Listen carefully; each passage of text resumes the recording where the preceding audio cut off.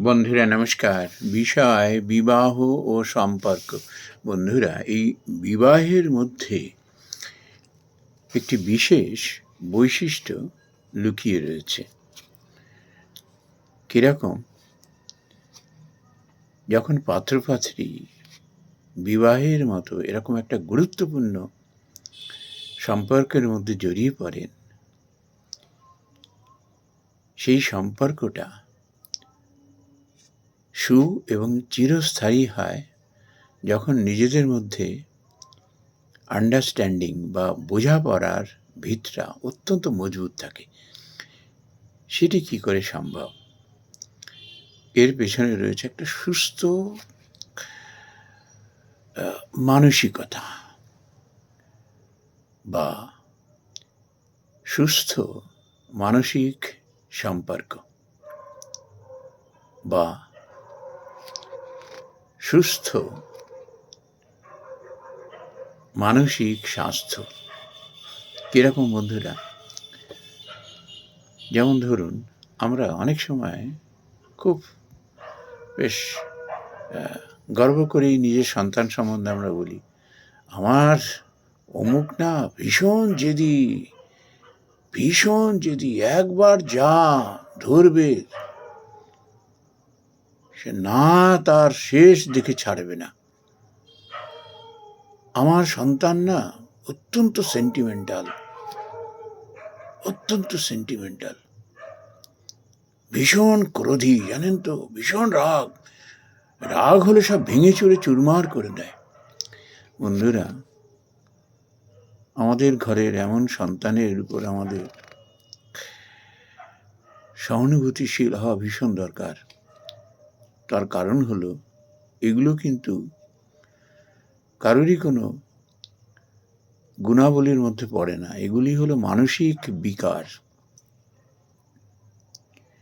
শুরু থেকেই যদি এর প্রতি আমরা নজর না দিই, ঠিক এরকম ছেলে মেয়ে যখন বিবাহের মতো এরকম একটা গুরুত্বপূর্ণ সম্পর্কের মধ্যে জড়িয়ে পড়বে, সেই সংসারের মধ্যে তো অশান্তি লেগেই থাকবে এবং পরিণামটা কীরকম ভয়াবহ হবে, এদের সন্তানাদি কিন্তু তার শিকার হবে। বন্ধুরা, আমরা আসলে যখন পাত্রপাত্রীর বাইরের চেহারাটা দেখে, রূপ যৌবন দেখে, কিংবা বাবা মায়ের কিংবা বংশের অর্থ কিংবা কৌলিন্য দেখে যখন বোঝে যাই না, তখন কিন্তু একটা বিরাট প্রশ্ন এসে দাঁড়ায়। আমরা আসল দিকে খোঁজ নিই না যে পাত্র কিংবা পাত্রীর মানসিক স্বাস্থ্যটি কেমন, সুস্থ কিনা। অত্যন্ত ক্রোধী, অত্যন্ত জেদি, অত্যন্ত সেন্টিমেন্টাল, এগুলো মানসিক বিকার আমরা ভুলে যাই। রূপ যৌবন দেখে সাময়িকভাবে আমরা মজে গিয়ে এমন একটা গুরুত্বপূর্ণ সম্পর্ক গড়ে তুলি। একটা উদাহরণ দিই বন্ধুরা।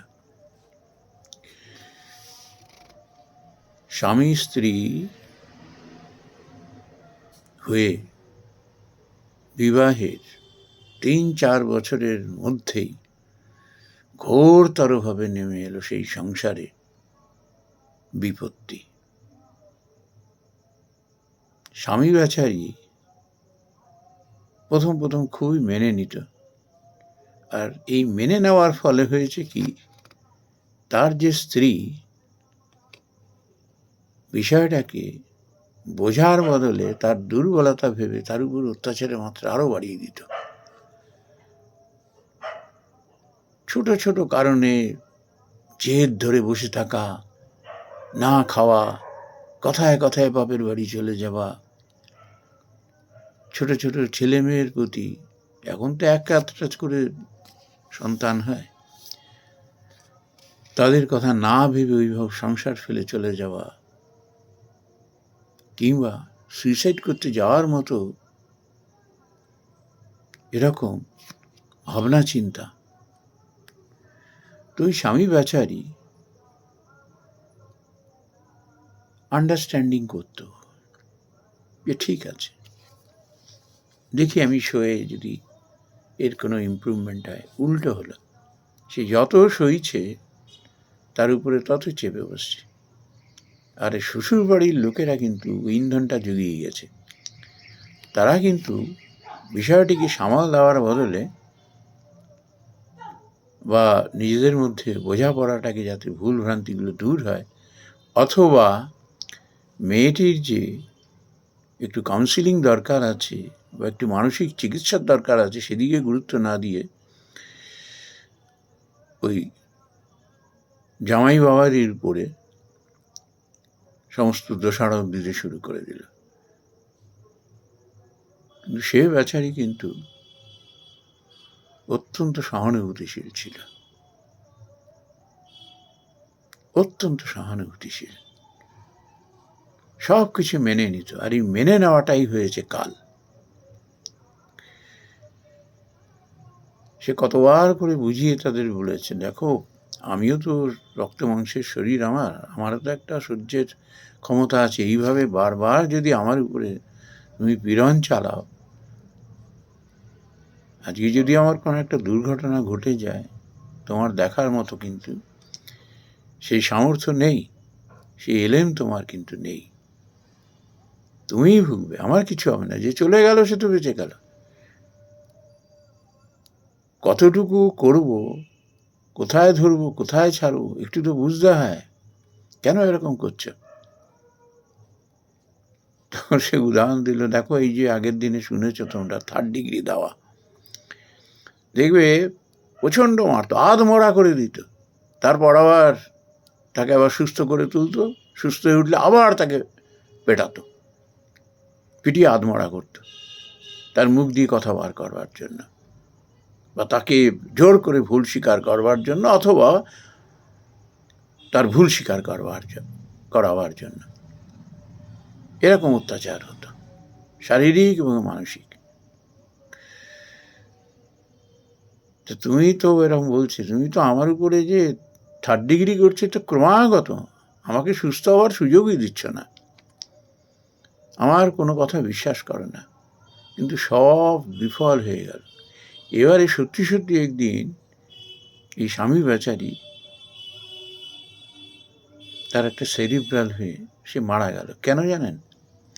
এই স্বামী বেচারির মানসিক বলের অভাব ছিল না, কিন্তু শেষ পর্যন্ত আর পারল না। কেন না, বাড়িতে যে কাজের লোক ছিল তাকে জড়িয়ে তার নামে সে কুৎসা করতে শুরু করলো, এবং চিৎকার চেঁচামেচি করে তার যে একটি সামাজিক সম্মান আছে, সে যে পোস্টে চাকরি করে তার যে একটা সম্মান আছে সে ভুলে গেল।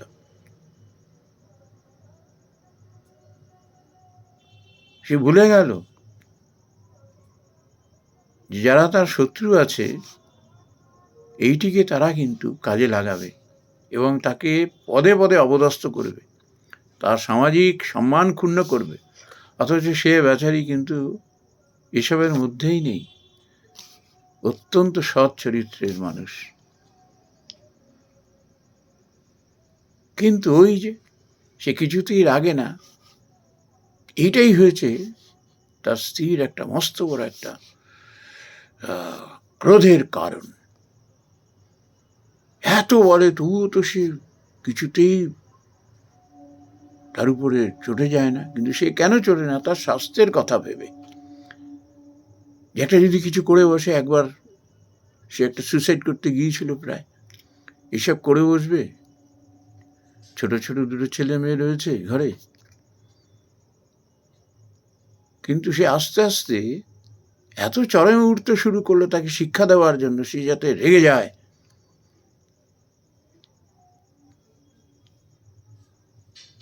সে কেন এত শান্ত হয়ে বসে থাকে? শেষ পর্যন্ত শেষ অস্ত্র প্রয়োগ করলো নিজের স্বামীর নামে।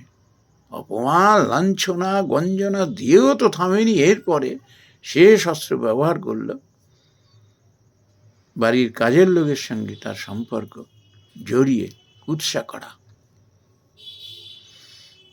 সেই ভদ্রলোক সেদিন এত চুপ হয়ে গিয়েছিল, আর কোনো কথা বলতে পারেনি। সৎ মানুষ সবসময় সব জিনিসের উত্তর দেয় না, জাস্টিফাই করে না। সে ভাবে যে ভগবানের কিরকম বিচার হলো, আমি এত সইছি, আমার উপরে এত অত্যাচার, কিন্তু ভগবানের লীলা বোঝা দায়। ভগবান হয়তো মনে করলেন আর নয়, এবার তোকে আমি তুলে নিচ্ছি, অনেক হয়েছে, অনেক সহ্য করেছ, তুমি যার সঙ্গে বসবাস করছো না পারবে তার সঙ্গে অমানবিক হতে, না পারবে তুমি তার সঙ্গে কোনো খারাপ ব্যবহার করতে, এ শুধরাবার নয়, এসব এবার আমি তুলে নিই। রাত্রে সেরিব্রাল হলো সঙ্গে সঙ্গে, পরের দিন আর তার কোনো সাড়া শব্দ নেই, মারা গেল। এগুলো যে মানসিক বিকার, এটা বুঝতে হয়। এটা আমি একটা উদাহরণ দিলাম মাত্র, এরকম শয়ে শয়ে উদাহরণ আছে যে সংসারে ছোটোখাটো কারণ নিয়ে, জানেন তো, সুখে থাকাও কিন্তু একটা অসুখ, কারো সুখ চায় না। কিছু মানুষ কত দরিদ্র সংসারে স্বামী স্ত্রী কীভাবে লড়ে সংসারটাকে রক্ষা করছে, নিজেদের মধ্যে কত সুন্দর আন্ডারস্ট্যান্ডিং। হয়তো তারা অত শিক্ষিত নয়, অত বড় বংশের নয়, কিন্তু কি বোঝাপড়া তাদের, সন্তান মানুষ করছে তারা, কি নিজেদের মধ্যে অটুট বন্ধন, একজনের জন্য আরেকজন কত ভাবে, কত চিন্তা করে। আর এদিকে উল্টো এরকম। এগুলো কিন্তু মানসিক বিকার, এগুলো বোঝার চেষ্টা করতে হয়। ওই জন্য বিবাহ আদি এরকম একটা বন্ধনে, গুরুত্বপূর্ণ বন্ধনে সামিল হওয়ার আগে এসব দিকে খুব সূক্ষ্মভাবে বিচার বিবেচনা করতে হয়। তার কারণ হলো এর পরিণাম ভুগতে হয় তার সন্তানাদিকে। মানসিক ব্যাধি বড় জটিল, বড় জটিল। একে সুস্থভাবে গড়ে না তুলে, সমস্ত কিছু চাপা দিয়ে একজনের সঙ্গে তাকে তার জীবনে জড়িয়ে দিয়ে জেনে শুনে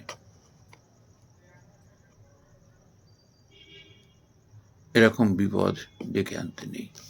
নমস্কার বন্ধুরা।